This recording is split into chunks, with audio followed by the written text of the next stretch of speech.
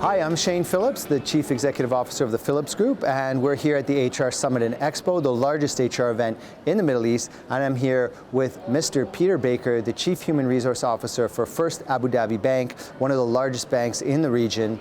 Welcome. Thanks, Shane. It's great to be here. It's great to have you here, and I think last time we met you in your office, you were doing a lot of really interesting things around leadership prototypicality and how you're building your development plan and your assessment programs based off of that kind of lodestar that you create. Sure. Absolutely. No, that's been exciting, and frankly, transparency and alignment is really important to us. We had two banks that merged together, each with a very proud history. And they came together and became First Abu Dhabi Bank. And part of our journey now is to create an environment of what does it mean to be a leader at First Abu Dhabi Bank, and what does it mean to be a part of the FAB team. And so talk us through how you are creating your assessment guide based off the benchmark that you create from that. What does a leader look like at First Abu? So there was some elements within the cultures of the two previous banks that we absolutely want to keep. And so for us, that's things like accountability and acumen are absolutely key. They made people successful in the past, and it's important that all of our leaders maintain that.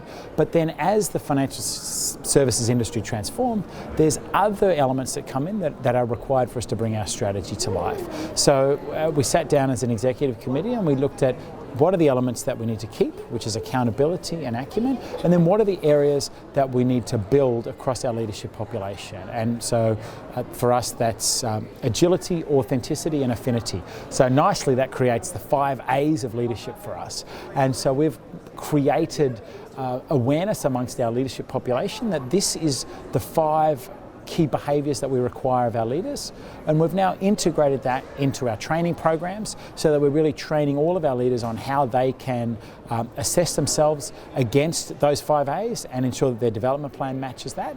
And then over time we then integrate that further into recruitment, selection, succession planning, and all the elements of our HR processes. And how do you approach that training and development? Because you have kind of the regular traditional formal training in a classroom, you might have on-the-job training, you might have mentorship.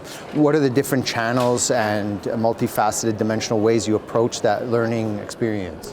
Yeah, and look, I think the word you picked up on there is multidimensional. People learn in their own ways, and our role is to create as many flexible opportunities as we can. So we've got some bite-sized video modules that help people, frankly, more understand what is expected, but then we have developed WebExes that people can take on their own time, as well as face-to-face training for folks who benefit more from that collaborative environment. But perhaps one of the most important features is it's actually really important to show leadership commitment by actually having some of our senior leaders delivering some of these key messages. So broadly we rely upon a whole range of trainers and folks delivering this kind of program, but it's important that senior leaders themselves at least deliver part of the program so that they can put their stamp on the program and show, okay, this is what I expect of a leader at FAB.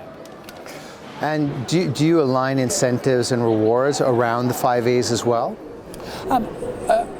Not really, no. I mean, the 5 A's is more around, at the moment, we're using it primarily around development and then eventually feeding into succession.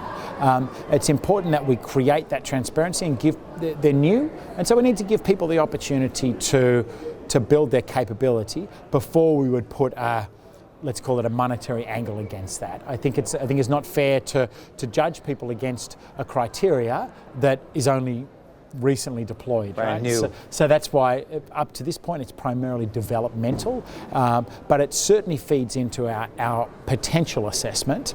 So we want to be promoting leaders who have demonstrated those 5 A's, and that way you're eventually rewarding and creating role models of people who drive the right leadership behaviour. Great.